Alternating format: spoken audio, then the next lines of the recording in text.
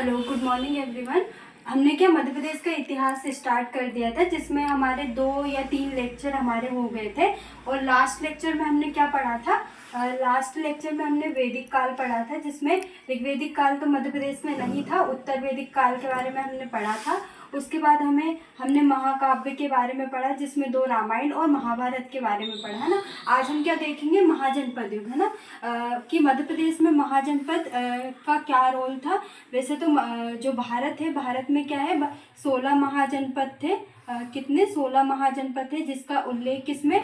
बौद्ध धर्म के अंकुर निकाय और जो जैन धर्म के भगवती सूत्र में इसका वर्णन किया है। तो डायरेक्ट आपसे क्वेश्चन पूछ सकते हैं कि 16 महाजनपद का उल्लेख कहाँ पे किया है? बौद्ध धर्म के अंकुर निकाय और जो जैन धर्म उनके भगवती सूत्र में, है ना। तो ये बाकी जो मध्य प्रदेश में 2 जनपद हमको देखने को मिलेंगे, 2 महाजनपद। एक तो अवंती और दूसरा हमको चेदी देखने को मिलेगा, है ना। तो अवंती जनपद का उल्लेख किसमें किया है?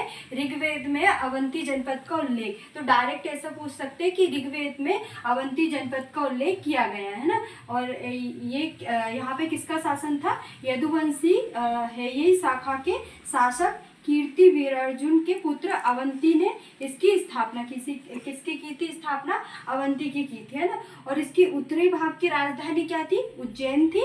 और दक्षिणी भाग की राजधानी क्या थी? महेशमती। महेशमती वर्तमान में क्या है? महेश्वर हमारा, है ना। वर्तमान में क्या? महेश्वर, है ना। और दीपवंश के अनुसार क्या है? दीपवंश के अनुसार अच्युतगामी एक राजा थे। अच्युतगामी ने जो क्या थे? एक शासक थे। राजा ने क्या किया था? उज्जैन नगरी की स्थापना की थी। तो डायरेक्ट आपसे क्वेश्चन बन सकता है कि अच्युतगामी ने कि उज्जैन नगरी की स्थापना किसने की थी? तो अच्युतगामी ने की थी। और ये किस ग्रंथ में लिखा हुआ है? तो दीपवंश में लिखा है। ये क्या है? बौद्ध ग्रंथ है। क्या है? बौद्ध ग्रंथ है ना। बौद्ध ग्रंथ में लिखा हुआ है ना। और ये भी पूछ सकते हैं कि अवंती की स्थापना किसने की थी? तो कीर्ति वीरार्जुन के पुत्र अवंती ने अवंती की स्थापना की थी, है ना। और दूसरा महाजनपद कौन सा है? चेदी। तो इसकी राजधानी क्या है? सुक्तिमती इसकी राजधानी है। और ये किसके तट पर है? केन नदी के तट पर है ना। क्या है? चेदी। तो नदी यहाँ भी पूछ सकते हैं, जैसे जो अवंती है वो बेतवा नदी के तट पर है ना।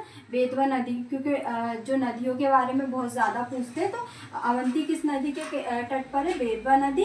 और जो चेदी है वो केन नदी के तट पर है ना। यहाँ के प्रमुख राजा कौन थे? शिशुपाल थे, है ना। कौन थे? शिशुपाल थे, है ना। इसके बाद क्या आ जाएगा? महाजनपद युग के बाद महाभारत कालीन युग आ जाएगा, जिसमें हम क्या? प्रबोध वंश के बारे में पढ़ेंगे। कौन सा? प्रबोध वंश बहुत इंपॉर्टेंट है मध्य प्रदेश में, है ना।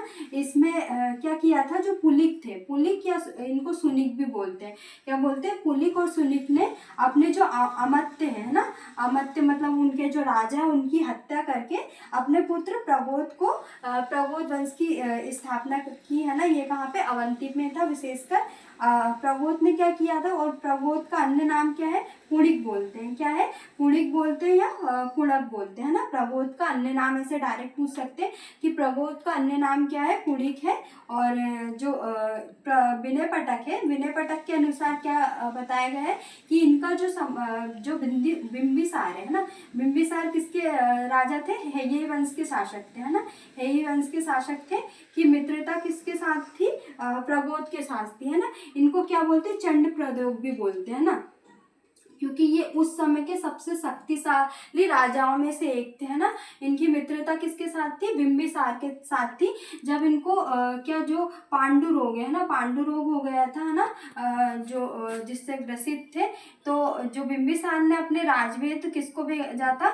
इनके इलाज के लिए जीवक को भेजा था। तो डायरेक्ट क्वेश्चन पूछ सकते हैं कि बिंबिसार ने अपने किस राजवेद को प्रबोध की क्या बोलते सहायता के लिए भेजा था? तो किसको भेजा था? जीवक को भेजा था, है ना। इसके बाद प्रबोध के पास कौन आया था? पालक। जैसे तो डायरेक्ट आपसे पूछते नहीं, पर हमको पता होना चाहिए कि किस राजा के बाद किसका शासन हुआ था। तो प्रबोध के पास कौन आया था? पालक आया था। उसके बाद विशाख युद्ध आया था। और उसके बाद रजक आया था। और अंतिम कौन है? अंतिम या प्रथम, है ना। या तो आपसे प्रथम पूछ सकते हैं ज्यादातर, या तो अंतिम पूछ सकते हैं। तो अंतिम कौन है? नंदीवर्धन, है ना। नंदीवर्धन किस किस वंश के अंतिम शासक थे? प्रबोध वंश के अंतिम शासक थे, है ना। इसके बाद मध्य प्रदेश के अंतर्गत नंद वंश भी था। क्या था? नंद वंश। जैसे मध्य प्रदेश में हेय वंश का शासक इतना नहीं था, न ही शिशुनाग वंश का शासक इतना था, नंद वंश का शासन था, जो कि कहाँ पे? मुख्य रूप से अवंती में था। और संस्थापक इसके कौन है? महापद्मनंद। ये हमने इंडियन हिस्ट्री में हमने इसको कंप्लीट कर लिया है ना। जो महापद्मनंद है उसको उग्रसेन भी बोलते हैं। क्या बोलते हैं? उग्रसेन। क्योंकि जो महापद्मनंद है वो जनता पे बहुत ज़्यादा जो कठोर दंड देता था ना, और उनकी न्याय व्यवस्था बहुत ज़्यादा कठोर थी, इसलिए उसे उनको क्या बोलते थे? उग्रसेन, है ना। और इन्होंने अपनी क्या सर्वछत्रतांक नीति अपनाई थी। क्या कौन सी नीति अपनाई थी? सर्वछत्रतांक नीति, मतलब सभी का नाश करने वाली, है ना, सभी का नाश करने वाली। कौन है अंतिम शासक नंद वंश का? घनानंद, है ना। और घनानंद की मृत्यु किसने की थी? चंद्रगुप्त मौर्य ने की थी।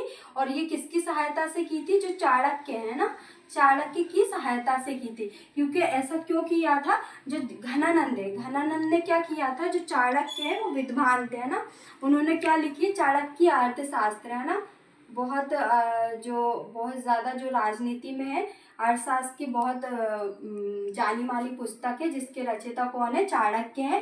तो चाणक्य को घनानंद ने अपनी सभा में क्या अपमानित किया था। तो चाणक्य ने इस चीज का बदला लेने के लिए चंद्रगुप्त मौर्य के साथ मिलकर घनानंद को पराजित किया था, है ना। इसके बाद घनानंद की मृत्यु के बाद किस वंश की स्थापना हुई थी? मौर्य वंश की स्थापना हुई थी। तो मौर्य वंश का शासक कब से कब तक था? 324 बीसी से 187 बीसी तक इनका शासन था, है ना। तो हम पढ़ेंगे मौर्य वंश का जो है मध्य प्रदेश के अंतर्गत सिर्फ मौर्य वंश का हम ज्यादातर अशोक के बारे में पढ़ेंगे, है ना। शासक जो महान अशोक है उनके बारे में पढ़ेंगे। चंद्रगुप्त मौर्य और जो बिंदुसार है उनका मध्य प्रदेश से मतलब इतना ज़्यादा रिलेट नहीं करता, है ना। तो चंद्रगुप्त मौर्य सबसे प्रथम शासक थे मौर्य वंश के।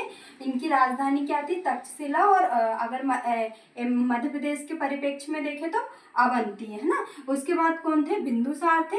बिंदुसार की पत्नी का नाम क्या था? सुभद्रागी था, है ना। इनके दो पुत्र थे, एक तो अशोक था और एक विगतशोक था। क्या थे? सुभद्रागी के ही दो पुत्र थे, है ना। बाकी बिंदुसार की तो बहुत शादियां हुई थी। हम स्पेशली अशोक के बारे में पढ़ रहे हैं, इसलिए हमने सुभद्रागी को देखा था ना। सुभद्रागी के दो पुत्र थे, अशोक और विगतशोक, है ना। तो और बिंदुसार के समय जो अशोक था, है ना, अशोक ने क्या किया था? जो उज्जैन था, उज्जैन पे क्या 11 वर्षों तक शासन किया था। तो डायरेक्ट आपसे क्वेश्चन पूछ सकते हैं कि बिंदुसार के समय अशोक ने उज्जैन पर कितने वर्षों तक शासन किया था? तो 11 वर्षों तक शासन किया था। और जब बिंदुसार मौर्य वंश के शासक थे तो उन्होंने अशोक को उज्जैन में जब आक्रमण हुआ था तो अशोक को यहाँ पे भेजा था, है ना। उसके बाद से ही फिर अशोक ने सभी जगह पे शासन करना स्टार्ट कर दिया था बिंदुसार की मृत्यु के बाद। तो हम आगे के जो लेक्चर है उसमें हम मौर्य वंश को कंप्लीट कर लेंगे। अभी हम मौर्य वंश के बारे में इतना ही पढ़ रहे हैं। आज हमने क्या देखा? महाजनपद युग देखा, है ना, महाभारत कालीन युग देखा, जिसमें हमने प्रबोध वंश के बारे में पढ़ लिया।